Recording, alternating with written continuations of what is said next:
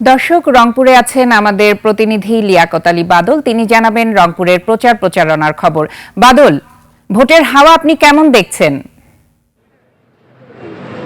আখি, আপনাকে ধন্যবাদ। আপনি যেমনটা রংপুরে ভোটের হাওয়া এখন উত্তপ্ত, জমজমাট। রংপুরে ভোটের জন্য প্রার্থীরা ব্যস্ত সময় কাটাচ্ছেন, ভোটারদের বাড়িতে বাড়িতে যাচ্ছেন, ভোট চাইছেন এবং একটা উৎসব মুখর পরিবেশ এখন বিরাজ করছে।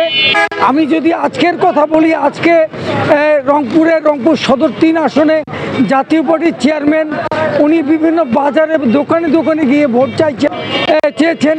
এনসিপির সদস্য সচিব আক্তার হোসেন তিনি আজকে বিভিন্ন জায়গায় গণসংযোগ করেছেন।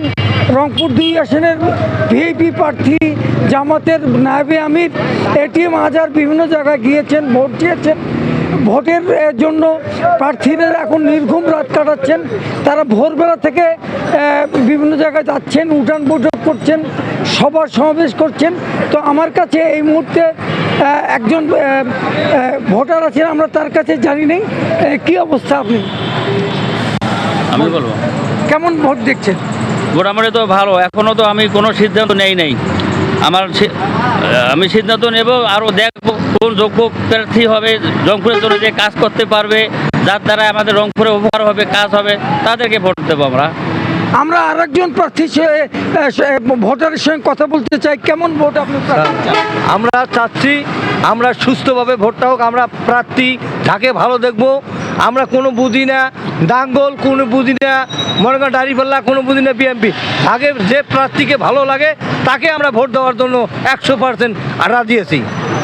তো আপনি শুনলেন 2 জন ভোটারের কথা, তারা যেটা বলছিলেন যাতে তারা সৎ, যোগ্য এবং যারা রংপুরের উন্নয়নে কাজ করবে তাদেরকেই তারা ভোট দিতে চান। তো রংপুরে এবার 6টি আসনে 44 জন প্রার্থী প্রতিদ্বন্দ্বিতা করছেন। এদের মধ্যে 3 জন করছেন এবং এবার একটা তৃতীয় লিঙ্গের প্রার্থী রংপুরে, সারা দেশের মধ্যে একজনই মাত্র তৃতীয় লিঙ্গের প্রার্থী আনোয়ারা ইসলাম রানী।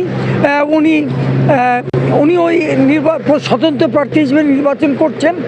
রংপুরে আরেকটি বিষয় জানিয়ে রাখি, সারা দেশে এবি পার্টির তাদের প্রার্থী 11 দলের সমর্থনে প্রত্যাহার করলেও রংপুরে কিন্তু 2 জন প্রার্থী আছেন।